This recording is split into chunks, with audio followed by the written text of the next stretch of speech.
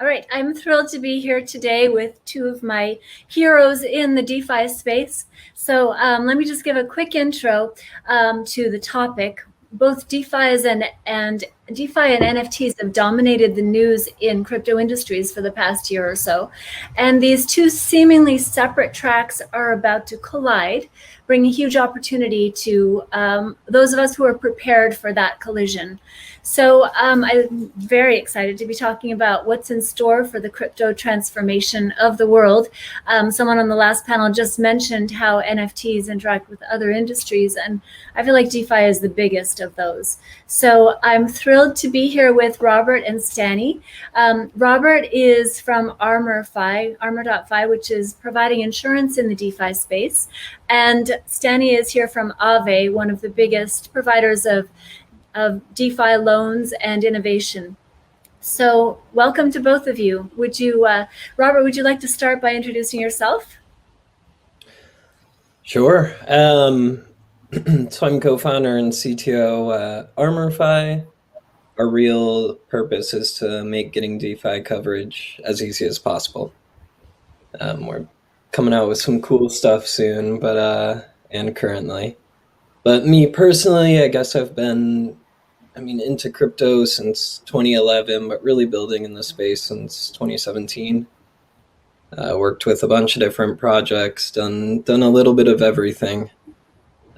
Focused a lot on security, and then off of that, going right into insurance and coverage. Just really trying to make the ecosystem as safe as possible. Yes, thank you. Stani, what about you? Hey, Lisa. Hey, everyone. I'm Stani. I'm the CEO of the AAVE team that has been building and deployed the AAVE protocol. So AAVE protocol is a decentralized protocol for interest rates. Practically, as a cryptographic asset holder, you can deposit cryptographic assets into the protocol and earn yield from them. And at the same time, you can use your assets as a collateral to borrow funds against your collateral from the protocol, or delegate that borrowing power to someone else. The protocol itself has been deployed early last year, but it's an iteration we have been worked for years now, since 2017. And AAVE protocol is now the biggest DeFi protocol out there, but it's also deployed on multiple networks, mainly on Ethereum mainnet, Polygon, and now we're looking on other networks to deploy as well. I've been building smart contracts in the past 5 years, and before that, I've been building fintech for a few years as well, and glad to be here. Thank you.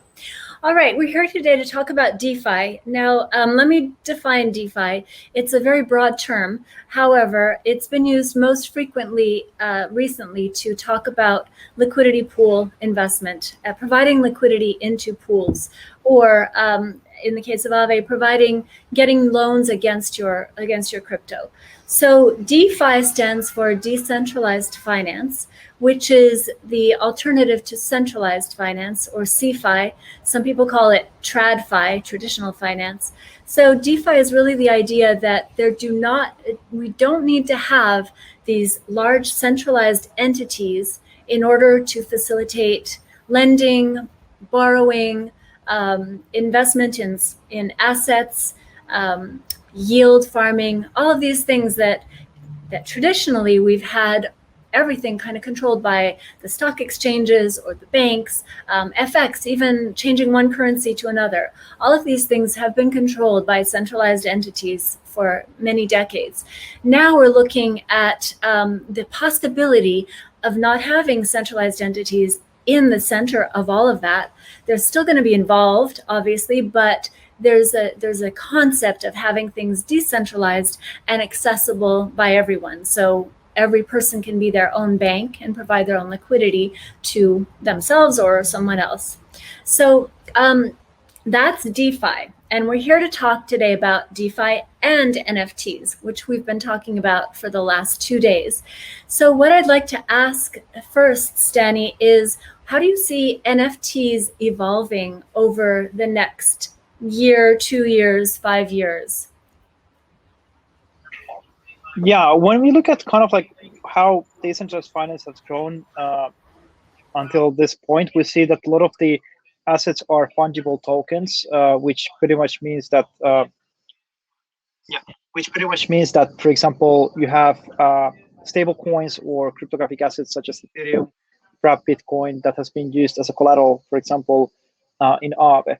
But if you look at kind of like where most of the value in the world is, it's not actually in the currencies itself. It's also in non-fungible assets. And non-fungible assets can be, for example, properties, communities, and any kind of like even real life asset. And also in a new form, because of the nature of the blockchain itself as a mechanism of store of value, you can also store social capital the way that we couldn't do it before in the same way. And that is also kind of like something that can be stored in as non-fungible tokens. Essentially, like that part of the value is something that is still coming into the decentralized finance space. And I think as a use of value as a collateral, it has very big potential use case. But the kind of like a challenge is that like how you price those assets in case of like if you use non-fungible assets as a collateral, for example, how do you price liquidation events, or how much you can borrow against those assets, because there might not be as liquid market as we have in fungible assets. So definitely, like I think there's going to be a lot of experimentations on that front. Yeah, great. Now, Robert, I'm going to set you up here for to kind of address the audience's level. Could we actually launch the poll about how much people have invested in DeFi now? And Robert, the question I'm going to ask you is, what are you building at Armor.fi in using NFT technology to address some of the concerns that exist in the DeFi market? Sure. So essentially, we're building a coverage system. The benefit of using NFTs. Sorry, one sec. I'm looking at this poll now.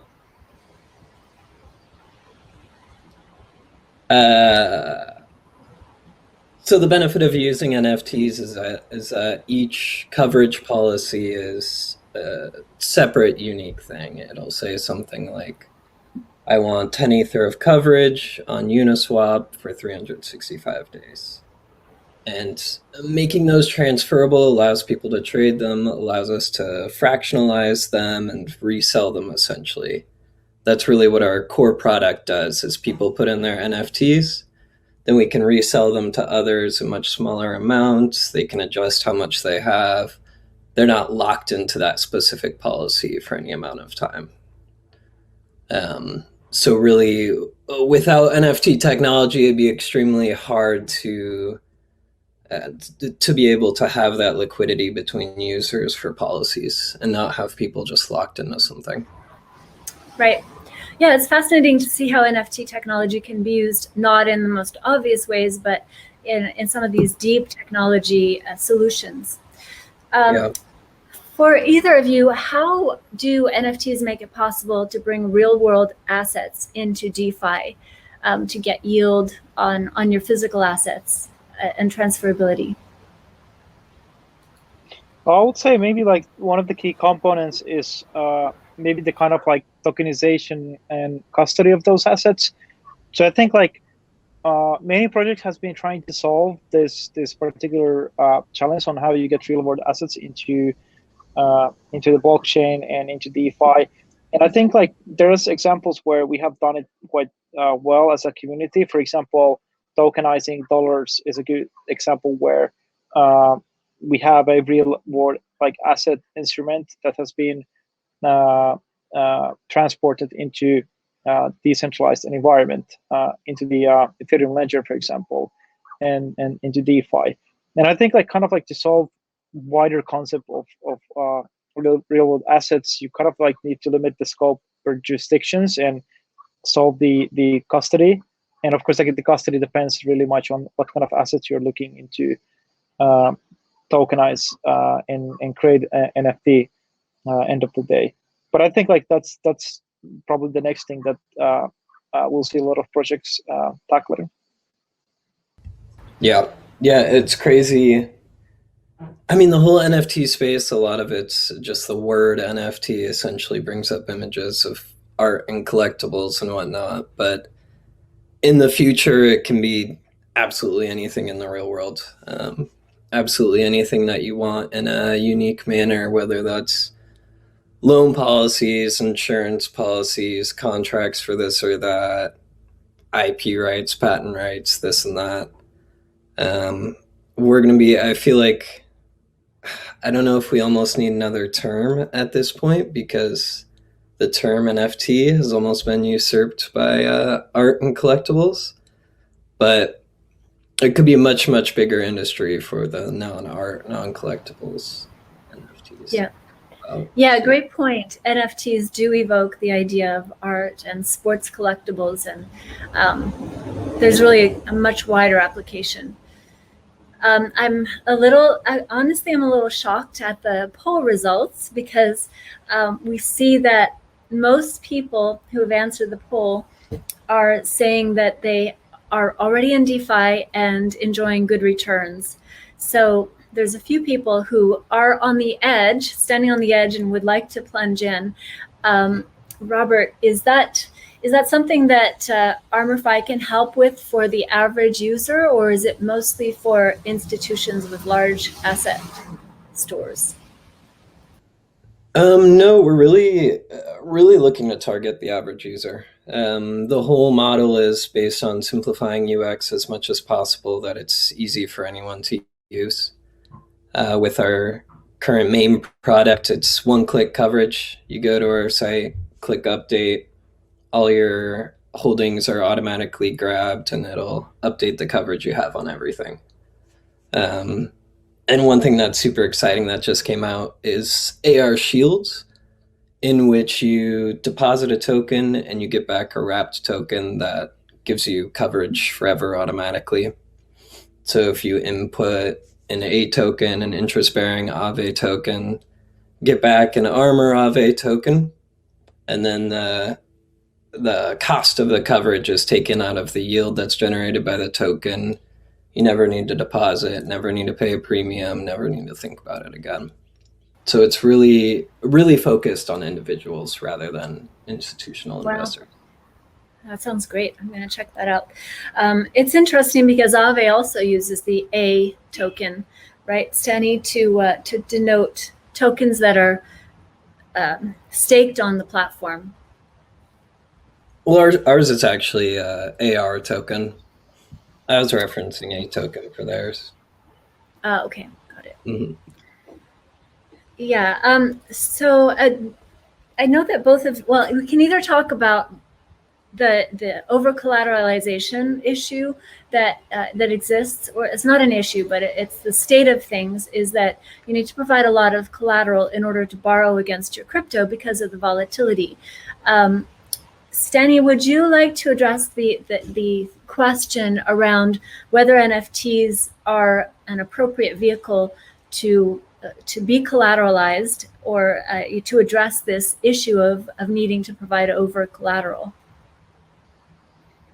Yeah, I definitely say that over collateralization is not actually an issue. It's just like how most of the lending happens even in traditional finance, because you have some sort of a collateral, and end of the day, like, collateral might be a receivable, it might be a, let's say, if you take a mortgage, it might be the house you're buying, it might be shares that you're putting as a collateral.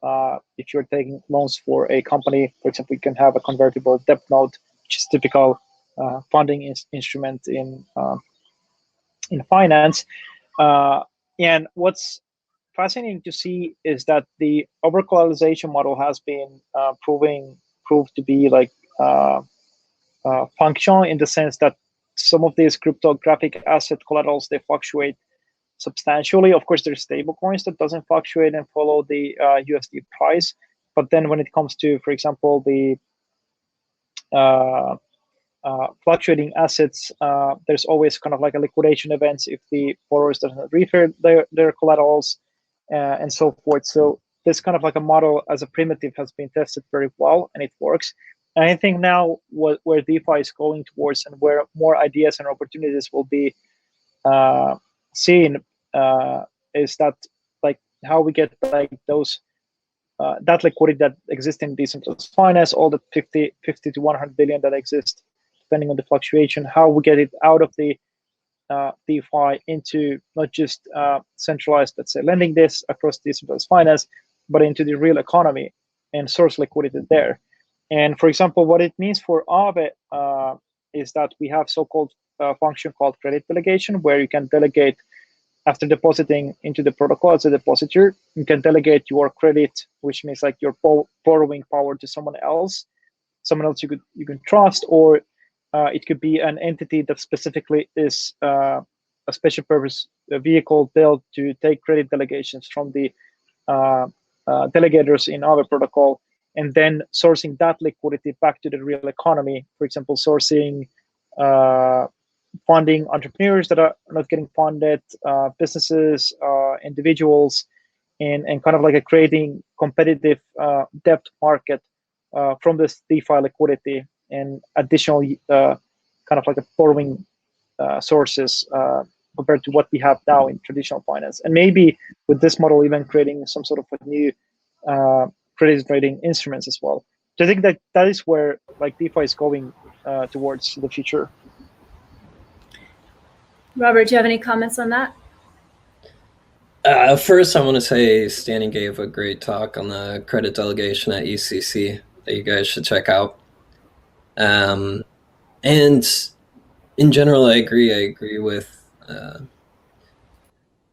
I guess in the general sense, using NFTs as collateral, we're not completely taking advantage of all the capital in DeFi. If we can only use cryptocurrencies or tokens or whatever you call them as collateral. And I was also, I guess, separate, if I can ask a question, wondering how AAVE values or is going to value NFTs as collateral, if you guys have figured that out yet.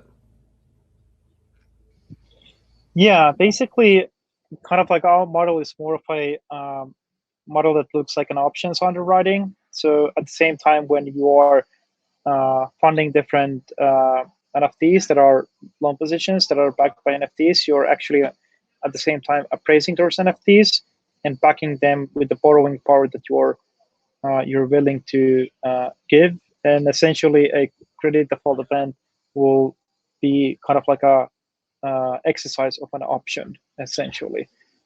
So it's more of like a model where you kind of like don't pull the liquidity, but you have a peer-to-peer market on top of the AAVE protocol.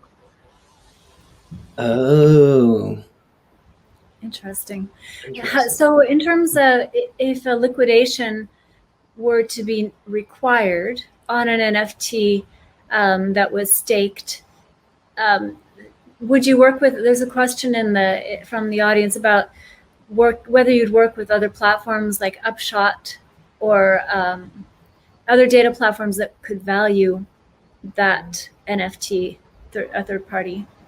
Totally. So I think the best valuation of NFT is like how much you're able to put skin in the game, essentially taking the cost of the liquidation by going long on that particular asset, but also like third-party appraisals are also helpful. In the same way, for example, we could look into the art market. Many of the auction houses, they're giving loans against art, and at the same time, still you have third parties coming and appraising that art on how much you kind of like would give loans against that, so you can have future value to sell that particular asset. So definitely, like Upshot is a good example which could be used on top of this model, where you help those underwriters to understand better what they are actually underwriting and appraising. Great. I also love it. I do. Oh, sorry to cut you off. I guess I love fractionalizing NFTs in general for all sorts of stuff, whether it's art or loans or whatever. And that can also be used as a great price discovery mechanism that could lead to some very cool things. Oh, you mean if it's Totally. on the open market? Yeah, if they fractionalize the NFT, make an ERC20, and then has some sort of pool where people can trade and Right, then you can allow the market to set the value, and arbitrage will take care of that. Yeah. Yeah, good point. So fractionalization of NFTs is a big topic when you start to bring DeFi into the conversation. And just to note, there is a conference coming up. We're doing a conference. Tech Circus is doing a conference coming up on DeFi itself, so we can dig into a lot of these topics quite a bit more. I'm very excited about that. In the meantime, I just want to take a couple more questions from the Q&A chat. One is, there's another one. If you could take a micro token that is issued within AAVE, issue it as an NFT, and then bundle those together to create something like a CDO.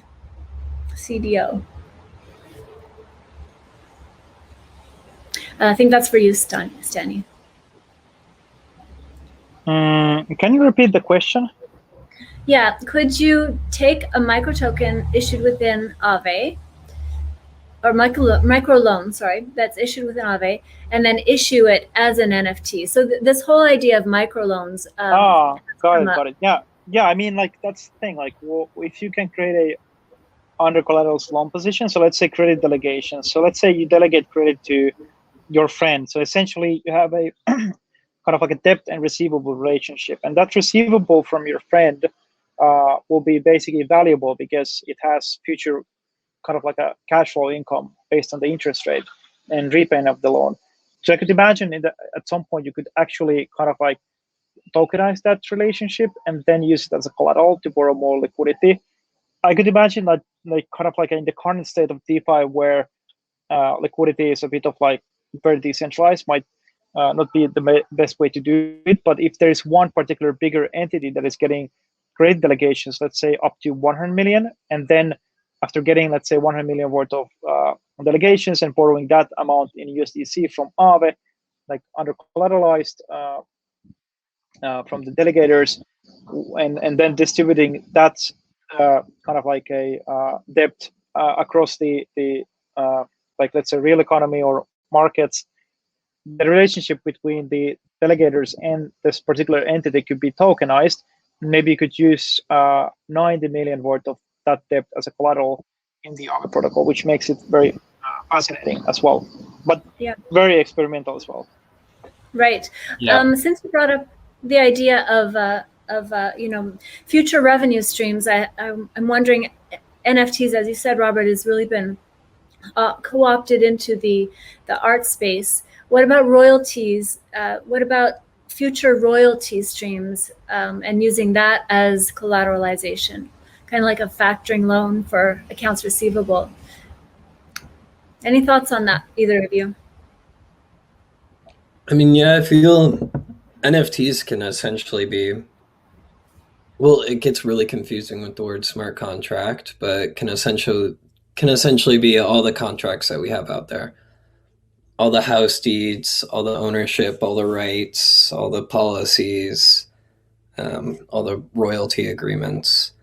NFTs can work with all that, and really, I mean, I guess a lot of the time they may not need to. There's not necessarily a point to put everything on the blockchain, but for things like easy transferability or, again, fractionalization, if you want to, oh, that'd be interesting. Like, an artist publishes an album, sells their royalty rights as an NFT, fractionalizes it, and then sells it in bits and pieces to the entire ecosystem. So they bet how much the thing will make. Yeah, it just opens up a whole new world. Fascinating stuff. And then all sorts of assets there, and you'll see markets trading between the rights on this specific album, and, as Stani was saying, the debt in some company that was lent to. It's going to be weird. So we're coming up on time, but I just want to finish with this very this controversial question. It's a little controversial. So DeFi, the question is, with DeFi being largely unregulated, is there a moral hazard? What's the level of moral hazard in entering into this space? I would also frame this question in terms of DeFi. What's the level of price manipulation in DeFi versus the price manipulation in crypto itself, underlying assets? But yeah, what are we heading into without a strong level of regulatory framework? Well, I don't know about price manipulation in DeFi. Maybe in like smaller assets or something, you kind of like have easier way to basically move prices or something. But I don't think it's a kind of like a big issue in the space. I think like kind of like a bigger issue is like recognizing like what DeFi protocols are built for like scalability and built in high security in mind, and kind of like and what are more kind of like experimentations within the community, which both are exactly needed, because essentially decentralized finance is a open platform where anyone can actually come and consume those protocols and interact with, but at the same time anyone, any part of the world can build the next AAVE or build the next armor and build this kind of like a interesting innovation. And then kind of like what's interesting from regulators' perspective is that unlike, let's say, traditional finance, in decentralized finance, the whole ecosystem is auditable by anyone, any second, all the time. For example, if you look into the AAVE protocol, because of the nature of the public Ethereum blockchain, you can see all the transactioning there.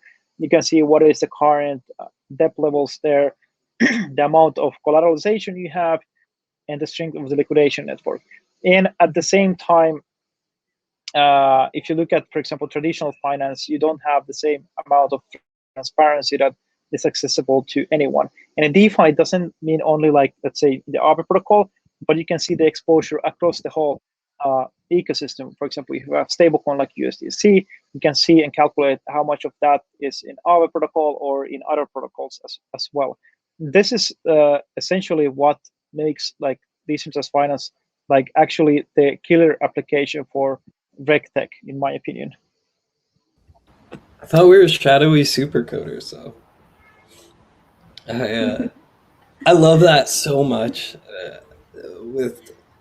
I assume most people have heard, but Elizabeth Warren talking about how the financial system, with DeFi coming about, the financial system is going to be at the hands of shadowy supercoders and miners instead of giant banks. And that was just the most inspiring thing to me. Like, they're legit scared that the banks are going to be losing power. But in general, I think, Armor's goal, and really what I'm working towards specifically, is to increase the security of the ecosystem so that we're essentially self-regulating. That every time you see a $10, $20, $100 million hack that shows up on newspapers, politicians start bringing it up. We need more and more regulation. And so we want to avoid that as much as possible, protect people as much as possible. And regulation isn't necessarily bad, but regulation on our terms is better rather than regulation. I think self-regulation is always better than externally imposed regulation. And if we can do it as a community, very inspiring thought to think, and that's definitely the direction that Armor is taking us, right? With this insurance that it grows as you increase your stake.